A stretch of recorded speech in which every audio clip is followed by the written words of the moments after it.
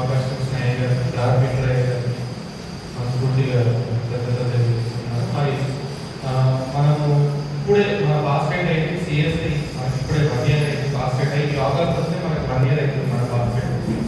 మరి ఈ బాస్కెట్లో అసలు మనకి ఏం కావాలి, ఎక్కడ కావాలి, ఎవరిని కలవాలి, ఏం చేయాలి అంటే ఇంతకుముందు మనం సరఫరా అడ్డంగా ఉంటాయి కాబట్టి అది వాళ్ళే చూసుకునేవాళ్ళం.